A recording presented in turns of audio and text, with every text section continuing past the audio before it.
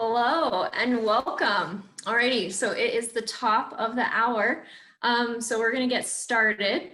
My name is Quincy Sweeney, and I'm the Director of Behavior and Training at the Santa Fe Animal Shelter. Welcome to Kittens Socializing. We'll be focusing today on foster kittens, and we are very lucky to be joined by Molly DeVos. So I'm just going to do a couple of housekeeping things prior to us getting started here. So I think you probably noticed, right, everyone's muted. We ask that you stay muted, as well as keeping your cameras off. We also highly recommend that you keep your video. You can kind of watch this in a couple of different ways, and we recommend watching in speaker view rather than gallery view. This ensures that you can kind of see the person who's talking and not everyone else. So to switch that to speaker view function, you're going to go up to the right hand corner and shift to speaker view. So along with that, we also will be, hopefully we'll have plenty of time at the end to do some question and answers. We'll be running that based off of the chat function at the bottom of your screen. So if you want to check that out, down there it says chat, and you can type something in, then I'll see it, and then hopefully at the end we'll have time and we can go through and answer some of your questions. Yeah, alrighty, so hopefully that helps, making sure everyone's having a good time and a smooth Zoom meeting. Yeah, so no further ado, I would love to introduce Molly DeVos. We are extremely excited to have her. She is a certified feline training and behavior specialist, a certified cat behavior consultant, founder of Cat Behavior Solutions, and host of Cat Talk Radio. So along with all of this extraordinary work that she does with pet guardians in the community, she also works with a number of shelters, and we are super excited that we get to be one of those shelters that she helps out with. Yeah, so we benefit from her so much. We decided it would be great to kind of share all that she knows, not all, but some of what she knows, specifically with kitten season. You know, socializing kittens, it's a huge task, and we really rely on all of our fosters, and I know shelters around the country do as well. So yeah, I guess that's it. Molly, you want to take it away?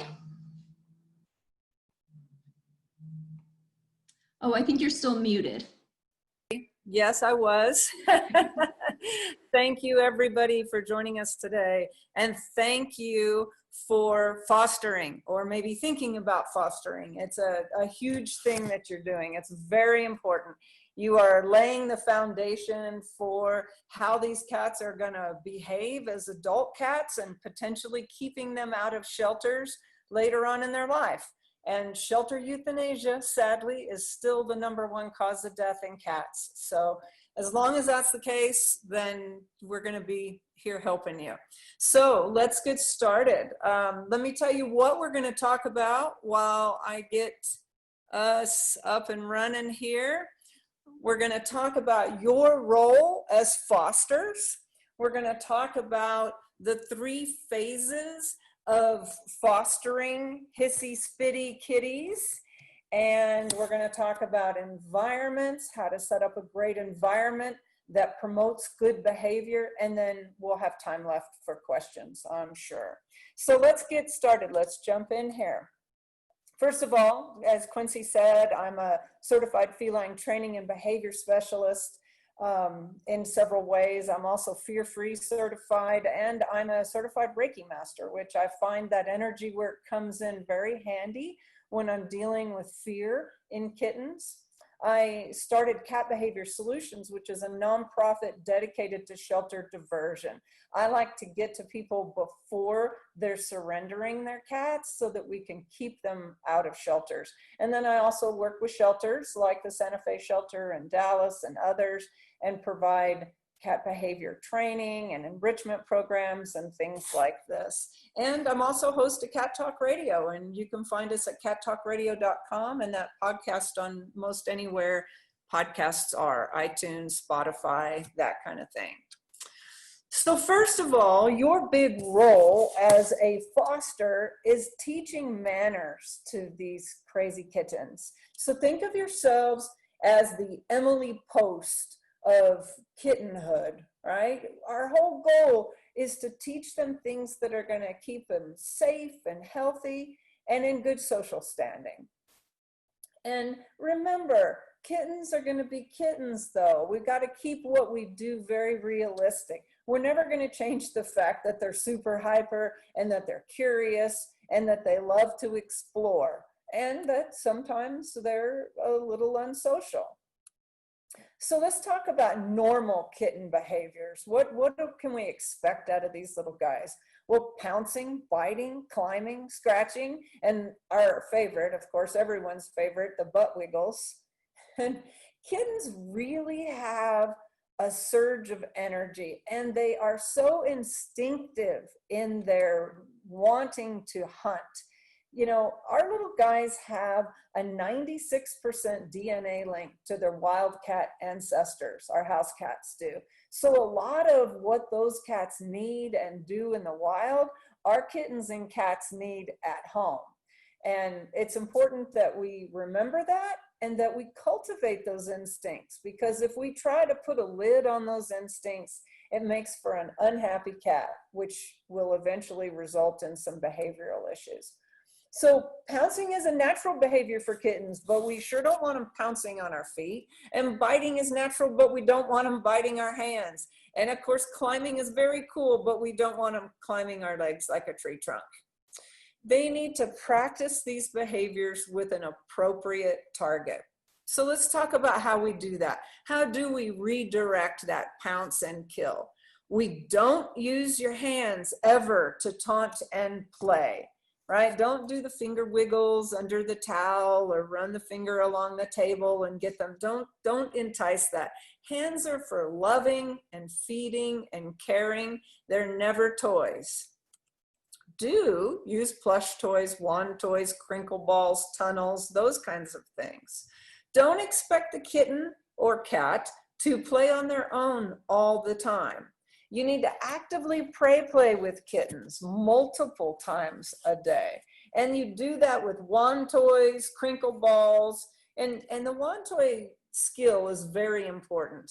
You know, you can't just slap it in their face, and especially if we're dealing with a very scared kitten, it's important to make it disappear and go around corners and fly up like a bird and get them very interested. So practice your play skills as well and be very patient with them.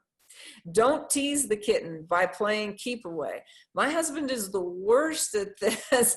He'll play and do his part, but he thinks it's a game where we got to keep it away from the kitten, and it's not. We need to allow them to catch it, kick it, and most importantly, deliver that kill bite. Because in delivering that kill bite, it releases a boost of serotonin in a cat's brain. And serotonin is what controls mood and sleep cycle. They've done some postmortem studies on overly aggressive cats and found that they actually suffer from a serotonin deficiency. And it's really hard for cats to make serotonin from their diet. So giving them this extra opportunity to get some serotonin is very important. Don't play without giving them the fruits of their kill, which means reward them with a treat or a meal. So the best thing you can do is play right before a meal and then go into your feeding schedule. Don't ever strike a kitten, obviously ever. Spray with water, yell at them, hiss at them if they play too rough. I know a lot of people think that, you know, well, especially if we're fostering a solo kitten, we know that they rely on their mom and siblings to teach them when enough is enough. And we go, well, mom hisses at them, so I'm going to hiss at them. Well, we're already dealing with a cat that's incredibly fearful of you. So all that's going to do is make them more afraid of you because you're not fooling them. You're not a cat. And so I really don't subscribe to that. Redirect those aggressive behaviors towards an appropriate object. And if you can't find an appropriate object, get out of the way or out of reach. I have to deal with that with my cat, Pico. He's still a kitten. He's hit about 5 months now, and he's in his teenage, and he gets very rambunctious. And he'll come flying out and grab my legs and full claws on. And when he's real riled up, I've got to remove myself from the environment if I can't get to a wand toy to redirect it. So you need to be responsible for your part in that. So buddies, let's talk about how do we foster solo or do we foster in pairs? Now, I think it's really beneficial if you can foster in pairs or more than two, because it's one of the most important ways to support their behavioral development. Now, a lot of shelters won't allow cross, if you have a solo kitten, they won't allow you to pair it with another solo kitten because of disease. So just be sure to check with your shelter and see if that's possible.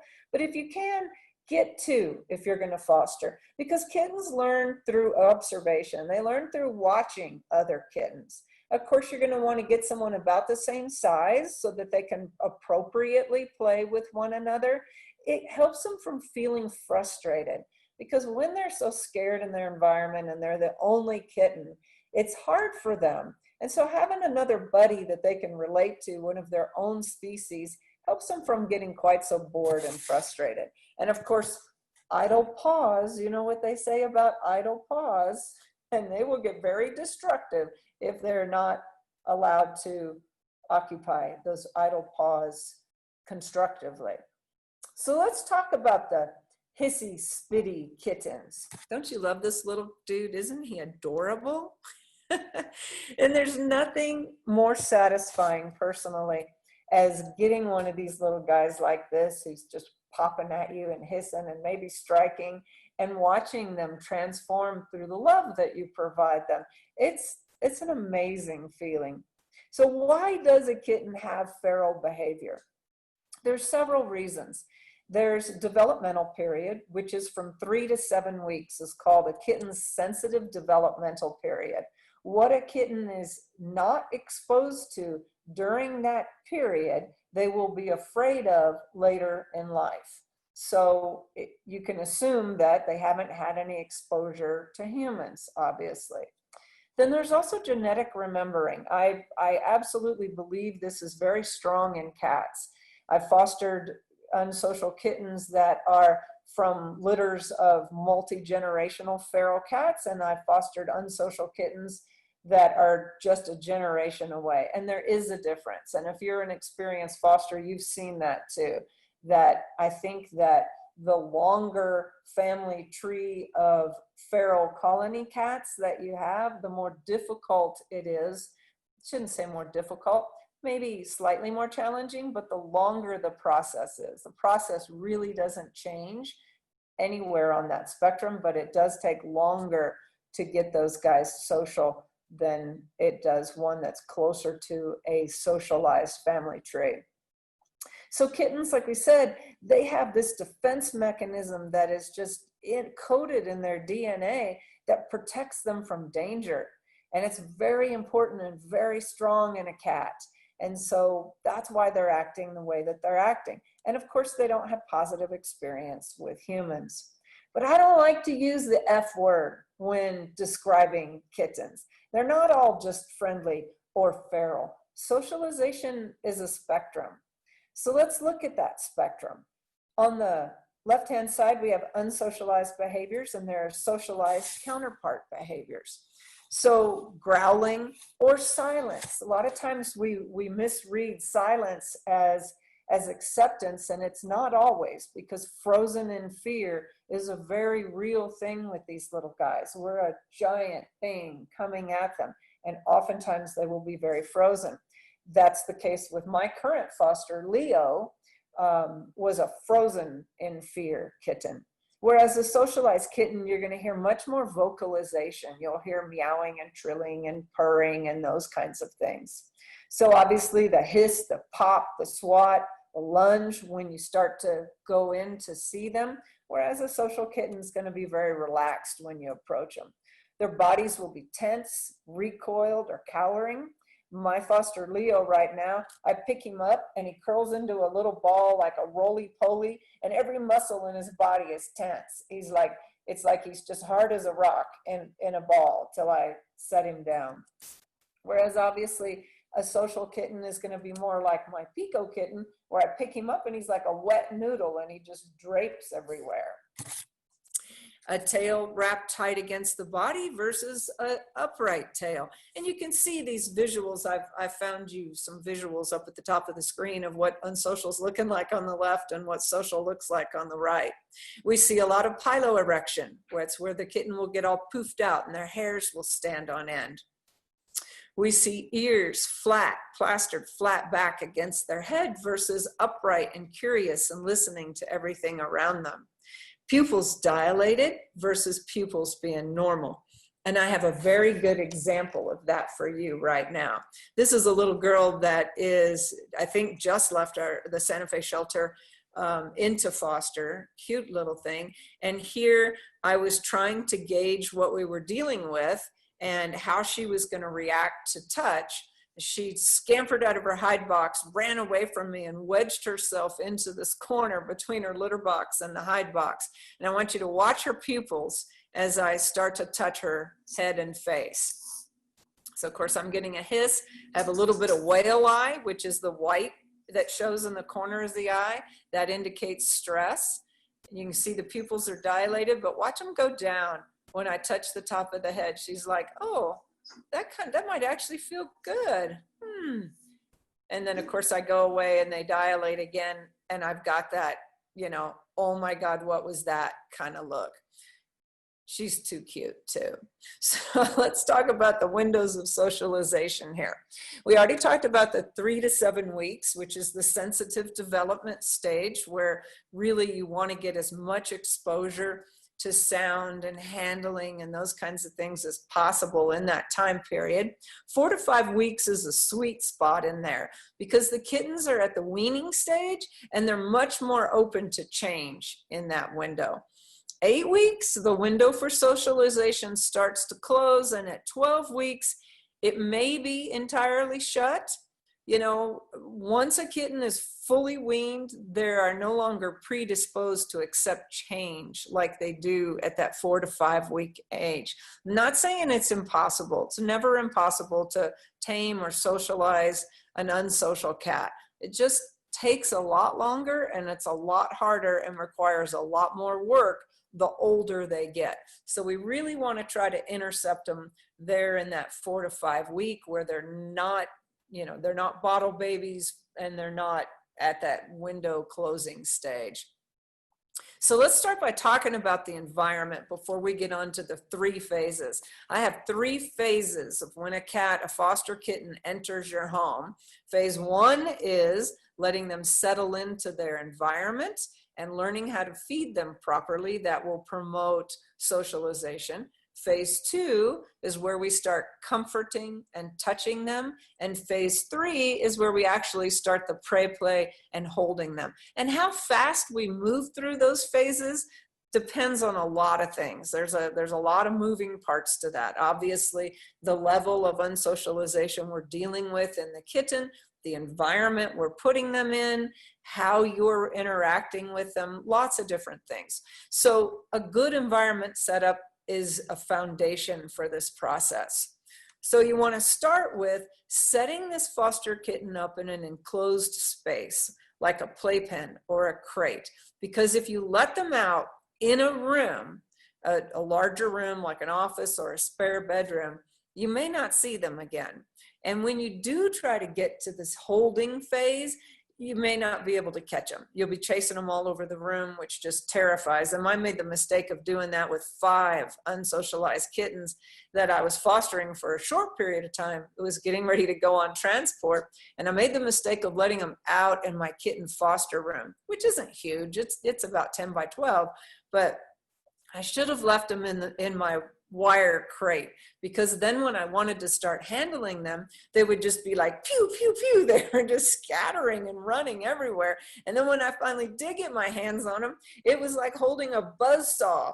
So it's really important to keep them in a confined space to begin with during this process. You can let them out eventually, but not until phase 4. Put this crate in an active area so they get used to seeing everybody walk around and noises and sounds of humans, and they learn that, you know, we're not going to kill them after all. Elevate it off the ground because kittens are much more comfortable in high vantage points. Provide a good hideaway in there for them, but not too good. You don't want to make it where, you know, they are so hidden that you can't get them out. I know in one of our meet and greet rooms, we have not in Santa Fe, but in the Dallas meet and greet room, we have a kitty condo that has a little hole in it, a little cubby in there. And when we get cats that are very scared and shy and we put them in there for a meet and greet, they go right into that cubby, and getting them out is near impossible. And it's really hard on a real busy day and you got people lined up wanting to meet other cats and you're trying to tug this cat out. So make it easy on yourself.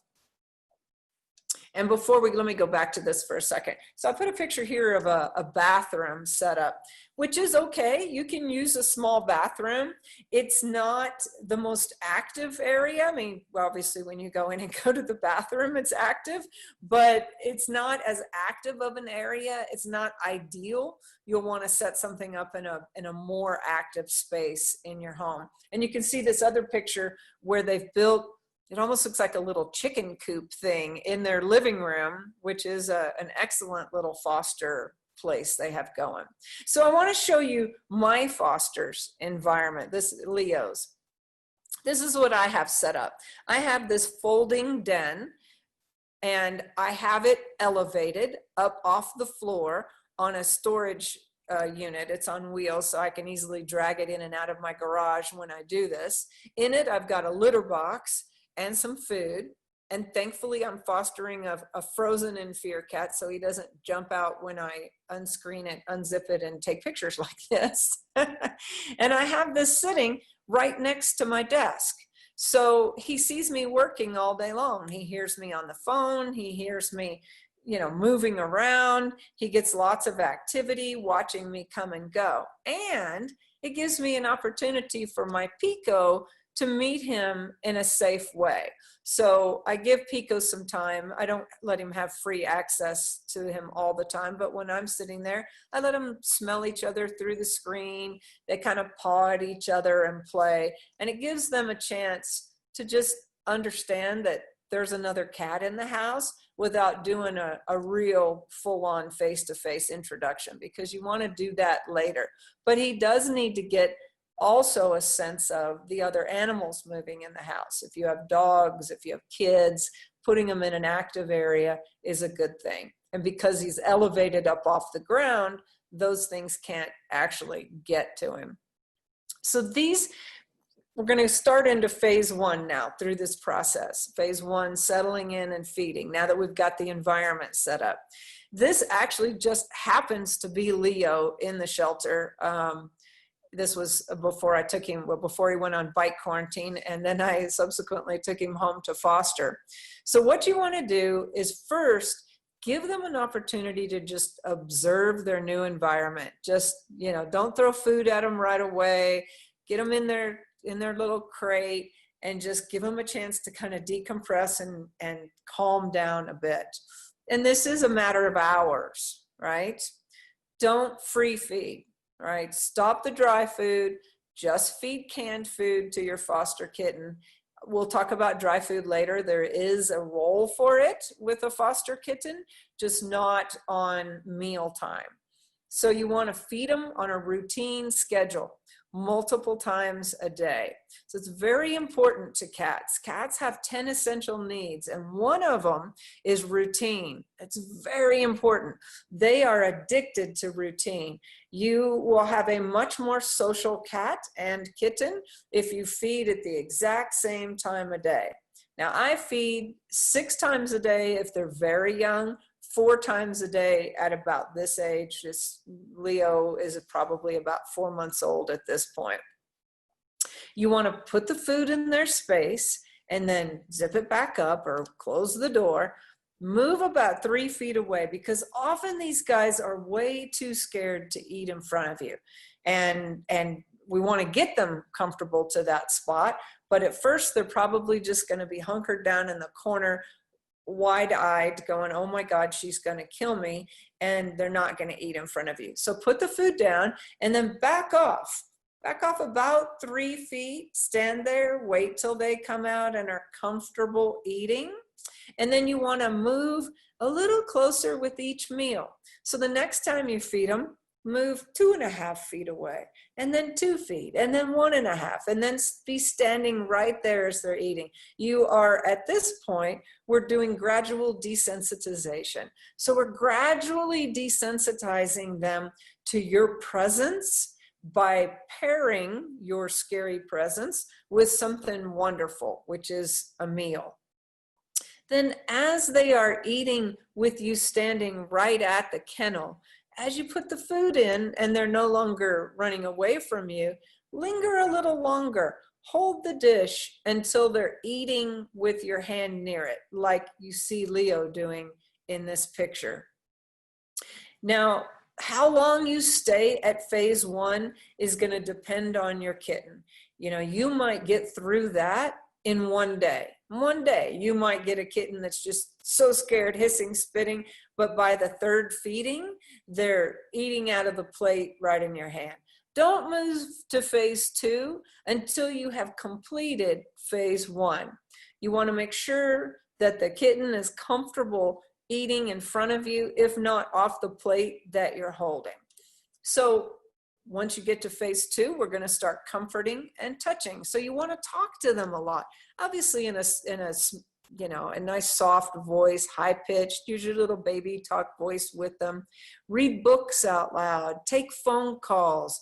Like I said, I have my foster kitten next to my computer so that he hears me a lot and he gets used to my voice and the voices around.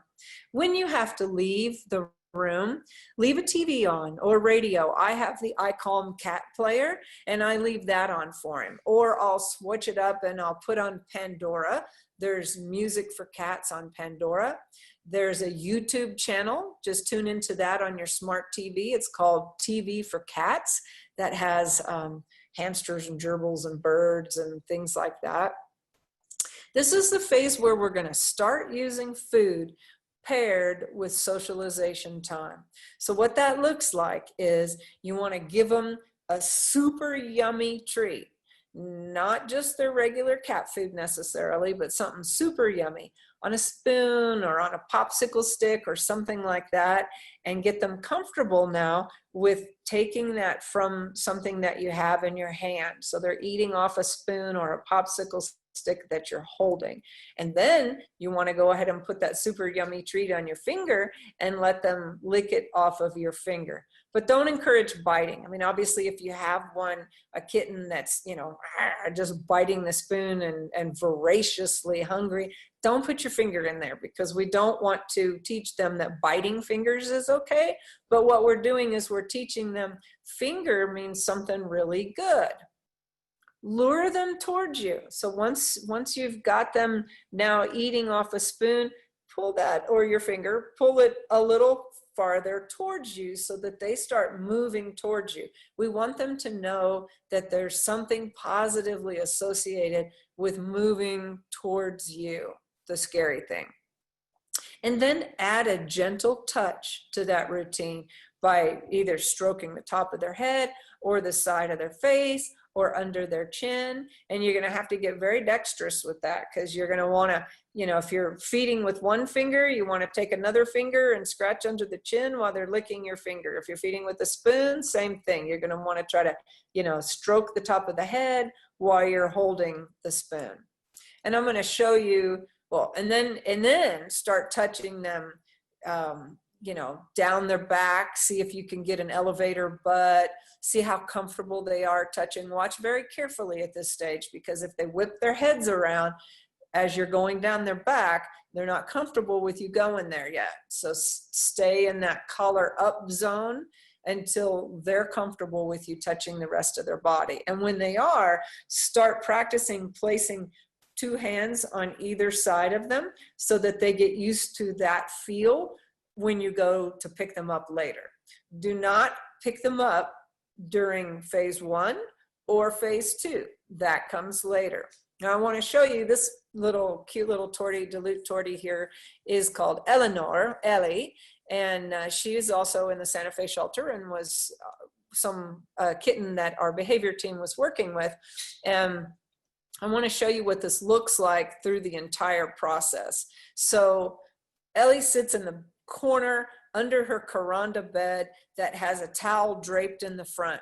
And as soon as I lift the towel and put it back on the Karanda bed, she starts hissing and spitting and recoiling and just pressing herself up as tightly as she can possibly be into that corner, avoiding eye contact, ears flat, tail wrapped, body tense. So then in this, I've already done spoon to finger with her. So I'm offering a treat on my finger. You can see the ears are beginning to come up. And then as she gets more comfortable with taking the treats from my finger, now she's looking up at me and giving me eye contact, which tells me that she's much more comfortable. Look at the difference in eye dilation, pupil dilation from the first picture to just this third one. The ears are coming up even more. You can see she's relaxing. Now I pull my finger forward so that her head now has to come forward. I want her to come out of that corner voluntarily. I don't want to reach scary hands in after her and make her feel uncomfortable. Then I want to start petting. So now I'm starting to scratch her on her chin and around her face, and then more treats. And then I'm going to move my hand down her body. And I'm watching her behavior, her posture the entire time. I'm watching for the eyes to dilate. I'm watching for the ears to go down, her to start recoiling. Because at any point that I hit a threshold of uncomfort, I want to pull back. I don't want to make her uncomfortable. And that's a fine line. You know, we want to stay this side of threshold. We don't want to push them to be hissing or recoiling. But at the same time, we do need to challenge them a little each session that you have with them. And you're going to be doing these sessions multiple times a day. And this is why it's so important to have these kittens in foster homes, because shelters don't have the resources available to do this with cats 5-6 times a day like it needs to be done. It needs to be done in a home setting where you can build upon this 5 or 6 times a day, 7 days a week. I want to talk about super yummy treats for just a second, because as I said, it's not always great to just use their normal wet cat food. You can if they don't like anything else, but you want the time that they're with you and you're doing these techniques to be really special. So we try to go with the highest value treat we can find, and you're going to have to figure out what that is with your kitten. It's different for every kitten. In the shelters, we really like to use these squeeze tube treats. I find that Vitacraft's Lick and Lap is the most palatable than anything we've ever tried. Most all squeeze tube treats, this is like, I don't know what they put in there, but it's like kitty crack in a tube. I mean, it is amazing. Most cats love it. And it's easy for us to use because we can either tear it open, put a little in a cup so that we're not cross-contaminating between different sets of kittens, or if we've got an older kitten or cat, they can have a whole tube to themselves. You can use shaved turkey from the deli. I like to use that a lot. Baby food. Use chicken, beef, turkey, baby food in broth, not in gravy. That's very important. You can use tuna. You can use canned chicken. I like to keep them natural foods rather than the hard treats. But finding that high value treat is very important part of this process, because if it's just a meh treat, well, then that's kind of how they're going to feel about you. You got to understand that what you offer here is going to be a reflection of how much you are valued. So I want to show you a series of videos here of another kitten that we worked with in the Santa Fe shelter this year.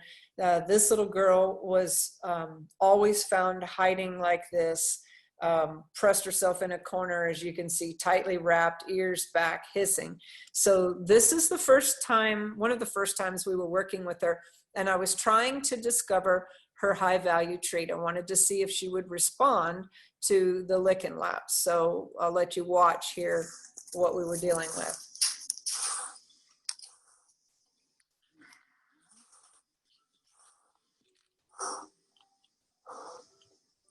So I don't know if you can hear it in the background. I have the I Calm Cat playing. I'm talking to her.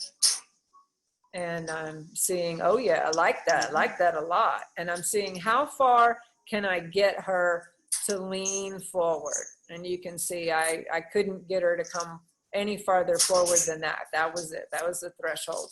Ears stay down, eyes stay dilated, you know, but I felt like we had found a successful high value trait. This is about 2 weeks later, same kitten, 2 weeks after the first video. Now you'll make this progress a whole lot faster because again, you're doing this 5 or 6 times a day, whereas we're just doing this once a day at best, sometimes once a day, 3 days a week. So it's probably going to take you 2 weeks to get here. It'll probably take you more like 4 days or less.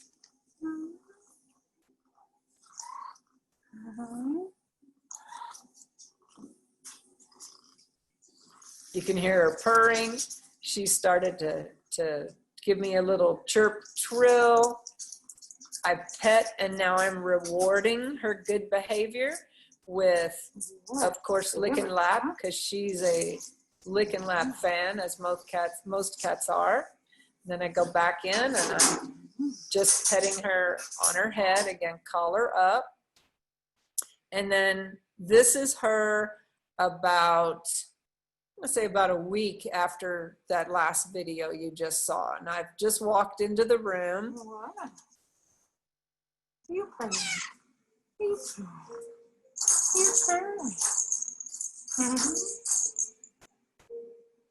And this is a kitten that came from a known colony, I believe, a feral colony. So we know that she had lots of genetic remembering of not socialization with people. And this is what you can expect as far as turning around. So I wanted you to notice too that all of phase 1, all of phase 2 is done in the kennel or in the crate that you're keeping them in. You have not picked them up. You've not held them yet. We're slowly earning our trust with these guys. So in phase 3, this is where we start playing and holding with them. So what you first want to do before you pick them up is you want to introduce prey play with a wand toy. So they're going to feel much more comfortable a safe distance away from you. So a long wand toy is best. And not all cats like the same prey on the bottom. Some like mice, some like feathers. You'll have to figure out what your kitten's responding to. And it's at this stage that they're going to realize that they can start to move freely around the kennel, the crate, the container that they're in without a lot of fear. You want to do prey play 3 to 4 times a day. And you want to time this carefully because we've got to stay in that natural rhythm of hunt, catch, kill, eat, groom, sleep, right? So this is the hunt part of that, the hunt, catch, kill part. And we want to do it right before a meal time because that rolls into the eat and then grooming and then sleep. And the more that we can facilitate that natural rhythm of kittens, the more comfortable they're going to be in our presence. So then pick the kitten up with a towel and burrito wrap it. And I'm sure all of you know what a burrito wrap is, but if you don't, it's just, we call it a burrito because it's like wrapping a kitten with a tortilla to make a burrito. So we pick up the kitten I usually drape the towel on top of the kitten. I fold the towel up under its butt and up the front, and then wrap each sides of the towel around so that I've got them securely in the towel. They can't scratch me because their feet are tucked in there. It also acts a bit like a thunder shirt for cats. It gives them a place to kind of duck and hide when they get scared or something. So you want to burrito wrap them, and now move them to your lap and continue with phase 2, which is the petting, touching, all of that combined with the lick and lap or super high value treat. And then as they become more relaxed in your lap, it might be the first session, it might be the 5th session. It's going to depend on your kitten.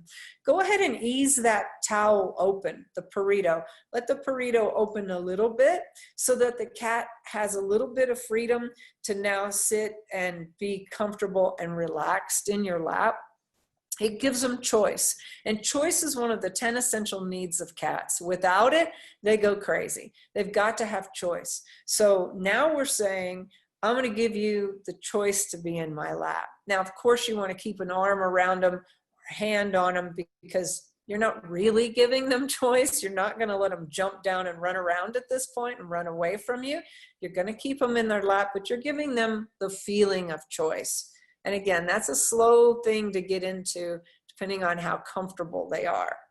At this point, you really want to limit the number of people that are picking them up and interacting with them until they start getting a little more relaxed and open. And then as they do, as you're seeing that socialization improve, that's the time you really want to invite friends and other family members to burrito wrap them and put them on their lap and feed them and play with them, because they need to learn that all humans are safe, not just humans that look and sound like you.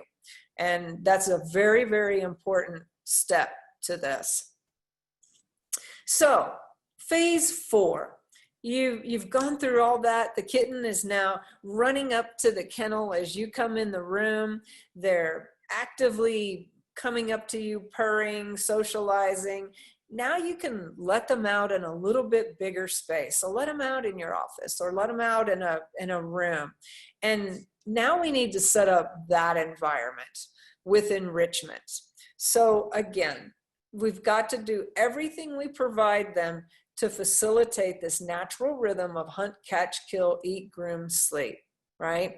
So we need to provide the routine that makes that happen. So we're playing with the wand toy, and then we're rewarding with food, either in a meal or with the treats. You want them to feel safe enough to then go to the groom sleep mode, because if they're not, if they're still scared and they're stressed out, they're not going to be comfortable grooming and sleeping, and that will cause a lot of stress. Hide treats for them to hunt. Now here's where your dry food comes in. I have the Slim Cat exercise ball, which is a ball, plastic ball. We sell it on our website at catbehaviorsolutions.org. And I put a little bit of dry food in there, and I leave it for them at night, and I leave it for them between meals so that they have something to forage for. Foraging is very, very important for them to be able to do. Build forts and tunnels out of cardboard boxes. Play videos of fish swimming and birds flying. Again, YouTube has great cat TVs for all of that. And catify the kitten space. If we don't provide appropriate space for enrichment, they're going to make enrichment out of what they have. And that's true of adult cats as well. And that could look like destroying your furniture or climbing your leg, because if I don't provide them something to climb, vertical spaces, they're going to climb up me and things I probably don't want them climbing up. So, instead of losing them under the couch, give them their own hidey den to be in so that they have an appropriate space to hide in. Focus on the positive rather than the negative. So it's better to give than it is to take away from them. So give them a den. Don't take them away from under the couch. So huts, dens, hideaways, hammocks and lounges, vertical and horizontal scratching posts and pads, very important to provide both. Window perches like this is good enrichment. Tunnels and tubes. And if you're fostering, just be real mindful of using enrichment items that can be sanitized or discarded between litters. You know, especially, you know, we never know what we're going to get, obviously, when we're fostering. So we need to make sure that we're using things that can be reused as well. Now, if you're in the local Santa Fe area, I want to invite you to foster for us if you're not already. We have a bunch of adorable little guys. These are guys we're currently working with, the behavior team is working with, and we would love to have some behavior fosters for them to go to. And various, obviously, ages and sizes. This little orange trio is just too cute. And we would love to have you foster any of these people, and I'm more than happy to help you through that process if you do. So I think that wraps that about up. So we will open us up for questions here. And I think Quincy, I'm going to turn this back over to Quincy to lead us with those. Great. Well, thank you, Molly. So much great information there. It's great. Yeah, so we did have a great question from John. They asked, phase 1, how would that look if you were working with a bottle feeder kitten? Well, good question. So yeah, that is a very, very good question. So phase 1 in bottle feeding, because they're not eating on their own, you're not really doing phase 1. If you have a bottle kitten, it's maybe hissing at you and spitting at you as it's smelling you coming at them to feed, but they will very quickly learn to associate you with the meal and the food. And so you're kind of combining things. It's hard to bottle feed a kitten, you know, and not hold it. I mean, obviously there's lots of bottle feeding. Don't feed them on their back, that kind of thing. Just set them upright and let them take the bottle from you. And you can stroke them in the same way that we talked about, along the side of the face, top of the head, under the chin, while you're bottle feeding them. It's great to start young. It's wonderful to start young. Solo bottle babies are difficult because they don't have siblings and a mom to teach them bite inhibition. So that does pose another challenge. So if you're bottle feeding, I hope you're bottle feeding 2 or more so that they can learn from one another through that process. Good question. Yeah, I thought it was a really good one. All right, so from Jill, is there any way to make a kitten more of a lap cat? Kitten more, well, this whole process makes them a lap cat, because when they're in your lap and they're getting their licking lap or their turkey or their super high value treat, whatever that is, and you're petting them and touching them and holding them, they are learning that lap is a really good place to be. Lap is awesome. I get great stuff in a lap. So this whole process teaches them to do that. Now, if you have an adult cat and you're asking, how do I get my adult cat that doesn't like to sit on my lap to sit on my lap? Well, that's a different process, and we'll do another one of these for adult cats soon, I hope. Yes, yeah, I hope so too. And yeah, it really is all about making that lap a good place to be. So yeah. Alrighty. All right, so that's it for the questions currently. Does anyone else have anything they'd like to ask Molly or about fostering? Oh, here we go. From Kathy, how do you discourage biting? And is gentle biting okay? I don't think any kind of biting is okay, because as a kitten, you know, it might be cute and fun, but when they get to be a big cat, that's not fun or cute anymore. So I don't encourage biting at all. And again, it's not playing with hands. I want to redirect that and encourage them to bite toys, not hands. So that's the main way. Leo, actually, like I mentioned, he was on bite quarantine. So once the behavior department had worked with him, and then he went up for adoption, and he was still very shy, but we felt that he was probably getting close to being ready. Well, on his first meet and greet, sadly, he had a scary encounter and he bit the person.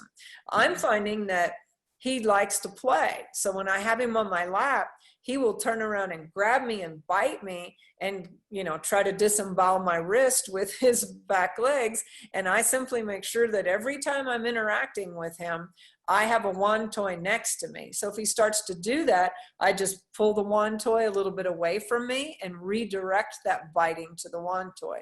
Now, you've also got to be careful that we're not rewarding the bite with play, which means you got to play a lot.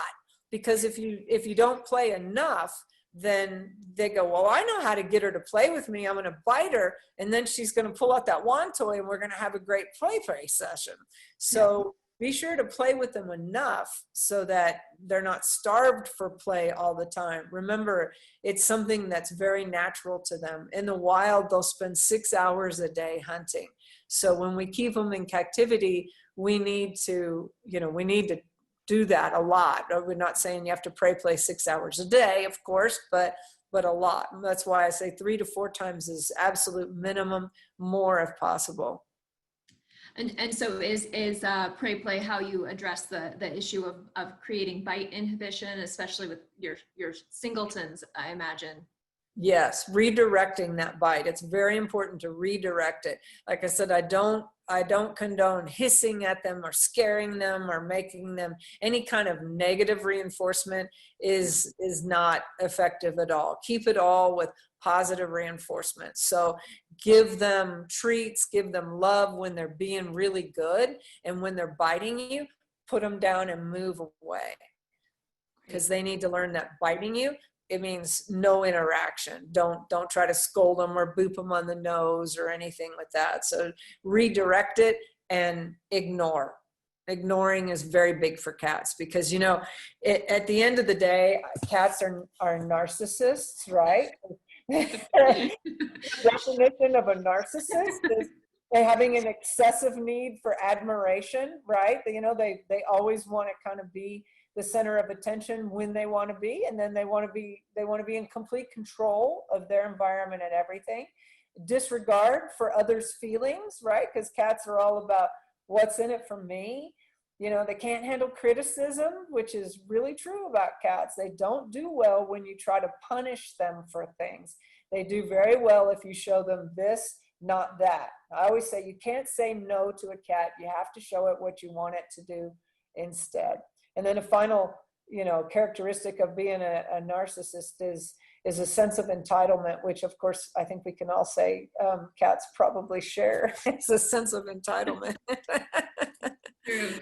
It's true. All right. So thinking about, you know, this is kind of the same, well, thinking oral things, right? So we've got the biting type cats. And then Mara has a question about suckling. So he's a socialized kitten. Sounds like they've got a bit of a suckling their clothing issue. What do you think? Yeah, well, suckling can be a natural thing for kittens. I mean, it soothes them.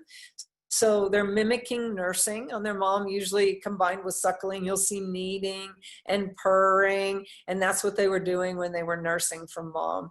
You know, there's not a lot of scientific data out there about why they do it. It's assumed that they do it if they're weaned too young, that they'll suckle. And they usually suckle, they call it wool sucking also. So they'll suckle soft blankets and things. It's not something that I usually tell people to try to change a behavior. Not all cats do it, and it's bringing them comfort. So, you know, provide them something to suckle on that you're okay with. You know, if you don't want them suckling on your robe or something like that, then give them, I have a little woolly lamb toy. Although Pico doesn't suckle, it would be ideal for a suckling. It looks like a dog toy, actually. It's kind of on the big side, and it's woolly and nubby, and that would be good. So provide them something to suckle on, and I would say don't worry about it. It's just not harmful. It's not harming the cat, and it's, as long as it doesn't advance or progress into pica, which is eating things or, you know, actually chewing through and ingesting things, then I don't consider it a behavior you should worry too much about. Great. All right, so we do have another question. So this is classic kitten behavior here. loud at night. What are your thoughts on working to keep kittens quiet at night? Yeah, so that's a good one. That's a very good one. If you follow a good feeding schedule, you shouldn't have that issue. So most kittens get loud at night because they're hungry. This applies to kittens and cats. In the wild, they're going to eat 10 to 20 small meals a day. So when we hold them in captivity and we only feed them 2 or 3 times a day, that's like us eating every second or third day. So that's why I recommend you feed very, very frequently, 4 to 6 times. If it's a really tiny kitten, feed them 6 times a day. So right after you get up, 20 minutes or so after you get up, and then, about 3 to 4 hours periods, and then get a timer, get a food timer. I have a resource link on my site. If you go under the resource page, food and nutrition, there's a product link to one on Amazon that's very inexpensive. And so set it to go off at about 3 a.m. Comes with an ice pack, so you can put some of the wet kitten food in there and have it go off at 3 a.m. That starts that cycle again of eat, groom, sleep. So then they'll go back to sleep until you can get up.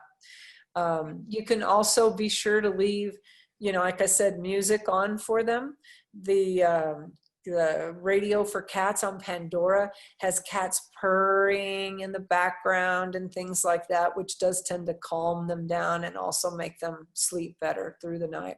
But asking a cat to go 8 hours without a meal while we sleep, that's a long span, and not all of them do that. So the feeding schedule and then lots of prey play will burn off that energy so that they're not as dialed up at nighttime. Great. So we've got a couple of questions about it sounds like phase 1. Do you mind going back to that slide and just going through that again? And then specifically thinking, what if you have a group of kittens that are in different phases, and how you would potentially address that? Mm-hmm. If you have kittens, let me get back up here.